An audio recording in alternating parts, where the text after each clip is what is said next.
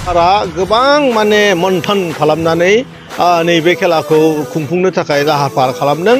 BTR सरकारनि बानजायनायावनो जोंनि north इस्टआव थानाय जि माने 10टा शिड्युल दङ बिनि गेजेराव मोनसे लीग मेच जानो थांगासिनो दङ आरो जोङो बाथौपुरि हिसाबै मुसलपुर हिसाबै दिनै जों बिराद एक्साइटेड आरो आं मिथिगौ बे हालामाव दिनै मोनसे दुंहाव थासारि सोलिगासिनो दङ। गासैबो रायजो राजायानो फैगौ 10 थारिखनिफ्राय लानानै 22 थारिखसिमहालागै जानो गोनां जोंनि नैबेनि बाथौपुरिनि जि खेला बेवहाय गासैबो रायजो राजायानो बाहागो लाफैगोन आरो बिराद एक्साइटेड आरोखि। आं होनो जोंनि दिनैनि बाथौपुरि जि जोंनि स्टेडियाम बेवहाय 80 बाहागो खामानिया जोंहा जोबजोब्बाय।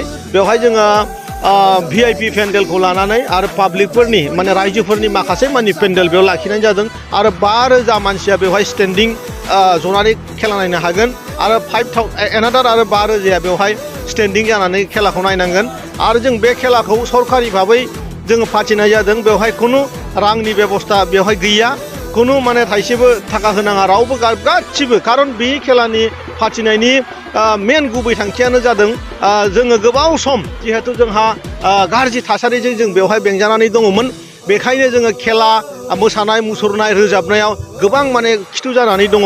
बेखायनो बै जाहाथे खिथु जानायखौ फिन खेबसेबाव गोबां स्पिडै जाहाथे जोङो जोंनि समाजाव लाबोनानै होनो हायो बिनि मिजिंजों लानाय जादों।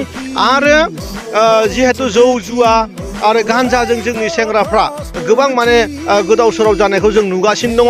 जाहाथे बिसोरनि गोसोआबो एसे डाइभार्ट जानानै खेला फारसे जाहाथे इन्टारेस्ट जायो आरो बिनिबो बादै बुहुम बिखायाव फुटबलखौ जोंनि थैयाव थाखानाय मोनसे सम्पद बायदि बिटिआरनि हालामाव गोबां फुटबल गेलेग्रा मोजां मोजां प्लेयारफोर दङ। बर' समाजाव स्पेसियेलि गोबां माने सेंग्रा लाइमोनफ्रा बा लाइमोनजो माखासेफ्रा माने गावनि थैयाव आरो बिखायाव फुटबलखौ बिखायाव बोजबनानै दङ। गतिके बेबायदि गोरों बेबायदि दुंहाव बिखा गोनां रायजो जोंनि माने सेंग्रा सिख्लाखौ जोङो जाहाथे जोंनि भारतनिबो बाहेराव जाहाथे मोजां मोजां माने क्लाबफोराव जाहाथे गेलेनो हाहैयो बिनि सुबिदा बा नेसनेल इन्टारनेसनेल लेभेलाव जाहाथे गावनि रोंगौथिखौ जागा मोनहोनो हायो बिनि बेबस्थानि थाखायनो नैबे अभारअल साराउन्डिं जि माने मानसि समाज दानायनि सिमांजों जाजानाय जि जोंनि सरकार बेखौबो लाफानानै जोङो सिमां नुदों आरोखि। बे बाथौपुरि गेलेग्रा फोथाराव बेसेबांसो टिमफोरखौ गेलेनाय जागोन? बेवहाय जोङो मोनबा टिमा बेवहाय बाहागो लागोन। मोनबायाव हलेबा जोंनियाव बिटिसिनि जोंनाव बेवहाय टिम गैया। जोंनाव बेवहाय त्रिपुरा आरो मेघालयानि आरो डिमा हासाव बे मोनथाम टिमा जोंनि बेवहाय गेलेगोन आरो लिग मेच गतिके बाखि खेलायाबो जोंनाव बेयाव फैगोन आरोखि। कालारफोरखौ बुंनानै होनो हागोन नामा? बबे औ, जोंना फार्स्ट खेलाया अपेनिंआ जोंना बाक्सायाव 10 खालार खालि आरो 12 खालार खालि 14 खालार खालि 16 खालार खालि 18 खालार खालि आरो 3 थाखोनि थारमाने थार्ड प्लेस जि जोंहा खेला जागोन बेयो जाहैगोन जोंहा 22 तारिखआव आरो बेयाव बिराद गिदिर मोनसे सेरेमनि जागोन।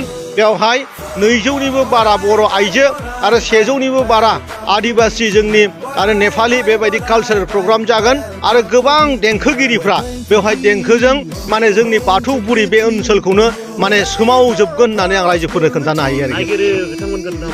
आङो गुरैयै खावलायहरदों आरो आङो बुंदों जे जिउआव मोनसे बे हालामाव जिहेतु बेफोरबायदि गिदिर खेला जाफेराखै, जोंनि बिटिआरआव बेफोरबायदि खेला जाफेराखै, गतिके बेबायदि खेलाखौ मिस खालामनो नाङा। जिउआव बेयाव मोनसे नों गावबा गावनि मोनसे एक्सपिरियेन्स जागोन जे फुटबलाव मोनसे मानसिया माबायदि मोनसे एक्साइटेड बेसेबां माने इन्जय खालामनो हायो बेखौ नोंथांमोनहा नैबे बाराव बाथौपुरि स्टेडियामाव मोनगोन। बेखायनो आङो खावलायदों जे लैहोर फैगौ 10 तारिखआव फुंनि 12 बाजिनिफ्रायनो बेवहाय कालचारेल प्रग्राम जागोन। बेनिखायनो 12 बाजिनिफ्रायनो जाहाथे बयबो माने जोंनि गेटआव एन्ट्रि खालामफैयो आरोखि। जोलुर मोजां मोनग्राफोरनि थाखाय गोजोनथाव खौरां। गिबि खेबनि थाखाय बिटिआर हालामाव 7थि खेब Ispl खुंफुंजागोन।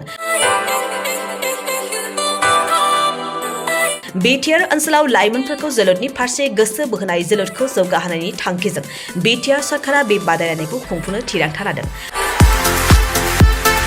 सा-सानजा भारतनि 6 शिड्युल ओनसोलाव थानाय 9 गेलेग्रा हानजाफोरनि गेजेराव बे बादायलायनाया जागोन। बादायलायनाया फैगौ 9 अक्ट'बरनिफ्राय जागायनानै 23 अक्ट'बरसिम सोलिगोन। अदालगुरिनि डिमाकुसि स्टेडियामनिफ्राय बादायलायनायखौ जागायजेनगोन।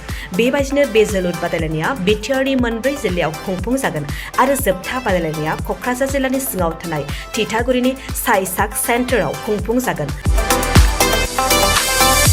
बादायलायनायाव देरहासार जानाया ट्रफिजों लोगोसे 3 लाख रां, सेथि रानार्स आपआ ट्रफिजों लोगोसे 2 लाख रां आरो नैथि रानार्स आपआ ट्रफिजों लोगोसे 1 लाख रां मोनफुंनो हागोन। 6 सिडुल ओनसोलाव थानाय 11 काउन्सिलफोरनिफ्राय बाहागो लाफैगोन। फारि बायदियै Tripura tribal areas autonomous council, Khasi hills district autonomous council, Jaintia hill district autonomous council, Garo hills district autonomous council, Lai autonomous council, Mara autonomous district council, Chakma district autonomous council, Karbi Anglong autonomous council, Dimasa Hasao autonomous council, Bodoland territorial region. बेखायनो सा सानजा भारतनि जोलुर गेलेनायखौ मोजां मोनगिरि रायजो राजाफ्रा थिखानाय खालार आरो जायगायाव लैहोर लैहोर फैनानै जोलुर गेलेनाय रंजाथायखौ लाफैनो हागोन।